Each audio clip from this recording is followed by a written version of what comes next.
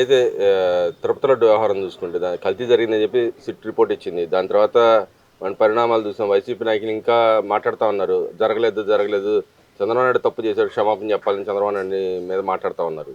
అసలు నిజంగానే కల్తీ జరిగిందంటే జరగలేదంటారు ఇక్కడ. నిజంగా కల్తీ జరగకపోతే అసలు వీళ్ళందరూ మాట్లాడడానికి ముందు సిగ్గుండాలి. వీళ్ళందరికీ ఈ వైసీపీ నాయకులకి సిగ్గుండాలి.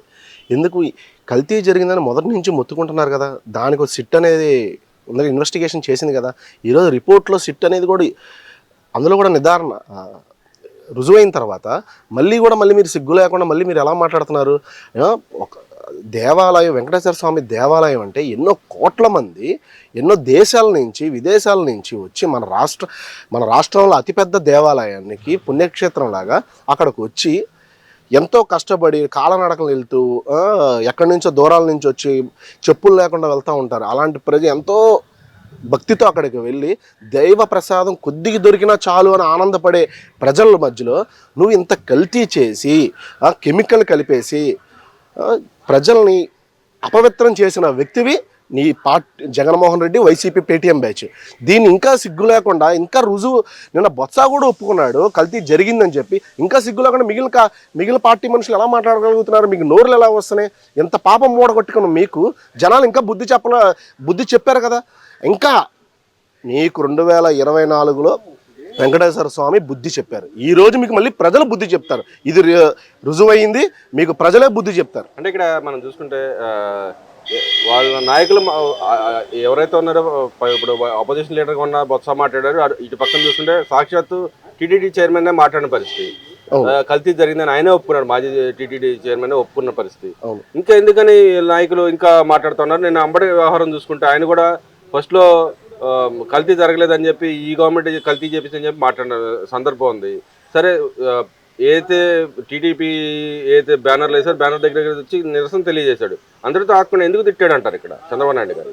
అంటే ఈరోజు సిట్ ఇచ్చిన రిపోర్ట్లో కల్తీ జరిగిందని నిర్ధారణ తేలిపోయింది. దీన్ని డైవర్ట్ చేయడానికే బొత్స సత్యనారాయణ ఒప్పుకున్నాడు, టీటీడీ చైర్మన్ ఒప్పుకున్నాడు. దీన్ని డైవర్ట్ చేయడానికే పార్టీ ఎక్కడ భ్రష్టు పట్టేసిద్దో, 36 మంది లోపలికి ఎలా వెళ్ళిపోతారేమో, జగన్మోహన్ రెడ్డి కూడా జైలు ఓసలు మళ్ళీ లెక్క పెట్టాల్సి వస్తుందేమో, పార్టీ ఇంకా మళ్ళీ మనుగడ ఉండదేమో అనుకొని నిన్న అంబటి రాంబాబుని జోగి రమేష్తో టాపిక్ డైవర్ట్ చేయించడానికి ఇలా బూతులు తిట్టించి వాళ్ళని బలిపశులుగా పెట్టినది జగన్మోహన్ రెడ్డి. ఇదే జగన్మోహన్ రెడ్డి ఏసీ రూముల్లో కూర్చొని వీళ్ళని బలిపశులు చేస్తూ నాయకులను తిట్టించి ఈ టాపిక్ డైవర్ట్ అవ్వడానికి ఈ కార్యక్రమం అంతా మొదలుపెట్టాడు. నిజంగా ఒక ముఖ్యమంత్రి హోదాలో ఉన్న మనిషిని ఆ బూతులు తిట్టచ్చండి? ఎటుపోతున్నాం మనం? ఇలా బూతులు మాట్లాడే కదా మీరు అసెంబ్లీలో బూతులు మాట్లాడి, బయట బూతులు మాట్లాడే కదా మిమ్మల్ని గద్దె దించారు. మిమ్మల్ని అయినా సరే మీకు బుద్ధి రాలా, అయినా సరే మీకు కూసంతా కూడా మీకు ఇంగిత జ్ఞానం లేకుండా ప్రవర్తిస్తున్నారు మీరు. మనం ప్రజాస్వామ్యంలో ఉన్నాం. ప్రజలకు మీరు ఏం చెప్పగలగాలి? మంచి మాటలు చెప్పగలగాలి. కానీ పొద్దుగూకులు బూతులా. ఒకడు బూతుల మంత్రి, ఒకడేమో తిట్లు మంత్రి. ఇలాగే తయారయ్యారు మీరు. ఆ రోజా ఒకటి అంబటి రాంబాబు గారు ఇప్పుడు దాకా మేము ఆలోచించింది విమర్శిస్తాడు అనుకుంటే, ఈరోజు గతంలో మాట్లాడిన బూతుల మంత్రులు ఇప్పుడు ఎవడ మాట్లాడలేకపోతుంటే, తప్పు చేసే వాళ్ళు ఇదవుతుంటే ఇప్పుడు కొత్తగా మళ్ళీ వీళ్ళతో బూతులు మొదలుపెట్టించారు. ఇది బలిపశువులు చేయడానికి జగన్మోహన్ రెడ్డి ఆడుతున్న నాటకం. అంటే ఇక్కడ మరి వాళ్ళ కూతురు చెప్తోంది, మా తండ్రి మీద హత్యాయత్నం చేశారు టీడీపీ నాయకులు గుండాలని చెప్పి అంటుంది. నిజంగానే హత్యాయత్నం చేశారు? ఆయన క్షమాపణ కోసం వెళ్తే దాడి చేసిన రిప్లై దాడి చేశారంటారు ఇక్కడ. ఏమంటే గతంలో ఇదే విజయవాడలో పట్టాభి గారి మీద ఇంటి మీదకి దాడులు చేశారు. దేనికి చేశారు? అప్పుడు ఎందుకు ఖండించలా మీరు? తెలుగుదేశం దైవం లాంటి తల్లి లాంటి ఆఫీసు, తెలుగుదేశం పార్టీ రాష్ట్ర ఆఫీస్ మీద దాడులు చేశారు. దీని గురించి ఎందుకు మాట్లాడాలా? దీని గురించి ఎందుకు ఖండించలా మీరు? దీని గురించి ఎందుకు ఖండించలేదు? అంటే ఎంతోమంది ఇప్పుడు నిన్న జోగి రమేష్ మాట్లాడుతున్నాడు, బీసీలకి అంత చిన్న చూపు చూస్తున్నారా? బీసీలు అంటే మీకు మరి ఇదే బీసీలు, ఎస్సీలు, ఎస్టీలని కోసారు మీరు గత 2019 నుంచి 24 వరకు. అప్పుడు ఏం మాట్లాడేది? అప్పుడు జగన్మోహన్ రెడ్డి ఏం మాట్లాడుతున్నాడు? నా అభిమానులండి ఏదో చేసి ఉంటారు అని అంటున్నాను. మరి ఇప్పుడు చంద్రబాబు గారికి అభిమానులు ఉంటారా? లోకేష్ బాబు గారికి అభిమానులు ఉంటారా? ఇది కక్ష రాజకీయాలకు సంబంధించిన అంశమేనా, లేకపోతే ఆవేశం జరిగిన చిన్న వ్యవహారం? అతను బూతులు తిట్టకుండా ఉంటే అతని మీద ఇంటికి మీదకి ఎవరు వెళ్తారు? అంటే క్షమాపణ అడిగారు కదా మీ నాయకులందరూ, క్షమాపణ అడిగిన పరిస్థితి. ఎందుకు క్షమాపణ చెప్పలేదంటారు ఆయన? క్షమాపణ చెప్పలేదు. అతను చేసింది అతను ఇంకా నిజమే, నేను మాట్లాడేది కరెక్టే అనుకుంటున్నాడు అతను. అతను వీడియోలు మొత్తం చూడండి, కారుల్లో వీడియోలు కూడా అన్నీ కూడా ప్రతిదీ బూతులతోనే మాట్లాడుతున్నాడు అతను. ఎవరికి అలాంటి మాటలు వింటే ఆఖరికి చిన్న పిల్లడికి కూడా కోపం వస్తుంది. వాళ్ళ తల్లిని అంటే, తన పుట్టక గురించి తన తల్లిని అంటే ఏ చిన్న పిల్లడికి కూడా కోపం వచ్చే పరిస్థితి. అలాంటిది నువ్వు ఒక ప్రజా నాయకుడు, మినిస్టర్గా చేసిన అతను, నువ్వు ఎలా మాట్లాడాలి? నువ్వే ప్రజల్లోకి ఆ బూతులు మాట్లాడుతుంటే ఏ కార్యకర్త ఒప్పుకుంటాడు, ఏ అభిమానం ఒప్పుకుంటాడు? అందుకని ఇలా జరిగింది. మరి అంటే ఇక్కడ కులం ఆపాదిస్తున్నారు కదా, ఇన్ని రోజులు కనపడిన కులం ఇప్పుడు ఎందుకు వచ్చింది అంటారు ఇక్కడ? ఏమంటే చెప్పాను కదా, లడ్డూని డైవర్ట్ చేయడానికి ఈ గొడవలు, ఈ బూతుల విషయాల్లో డైవర్ట్ చేయడానికి కులాన్ని తీసుకొస్తున్నారు. ఇందులో ఏ కులము ఏ మతము లేదండి. వీళ్ళు నోరు జారకుండా ఉంటే, అది ఏ కులమైనా సరే ఏ మతం అయినా సరే, వీళ్ళు నోరు జారకుండా ఉంటే అతని మీదకి అభిమానులు వెళ్తారా? వెళ్ళరు కదా. మీరు చేసిన ముందు తప్పు, మీరు బూతులు తిట్టకుండా ఉంటే ఎవరు మీ దగ్గరికి వచ్చేవాళ్ళు?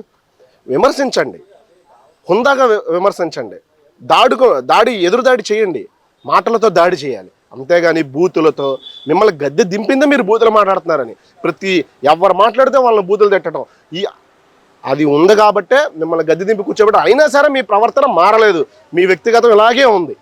అంటే ఇక్కడ మనం టీటీడీ లడ్డు వ్యవహారానికి వచ్చేప్పుడు దానికి ప్రాసెస్ ఉంది, దానికి పేటెంట్ హక్కు కూడా గవర్నమెంట్ అప్పట్లో తీసుకున్న పరిస్థితి. ఇప్పుడు వీళ్ళు చేసిన దాని దెబ్బకి ఆ పేటెంట్ హక్కు కూడా పోయిన పరిస్థితి. దాన్ని ఎలా చూడొచ్చు అంటారు? అంటే 2009లో టీటీడీకి సంబంధించి పేటెంట్ రైట్స్ ఉన్నాయి.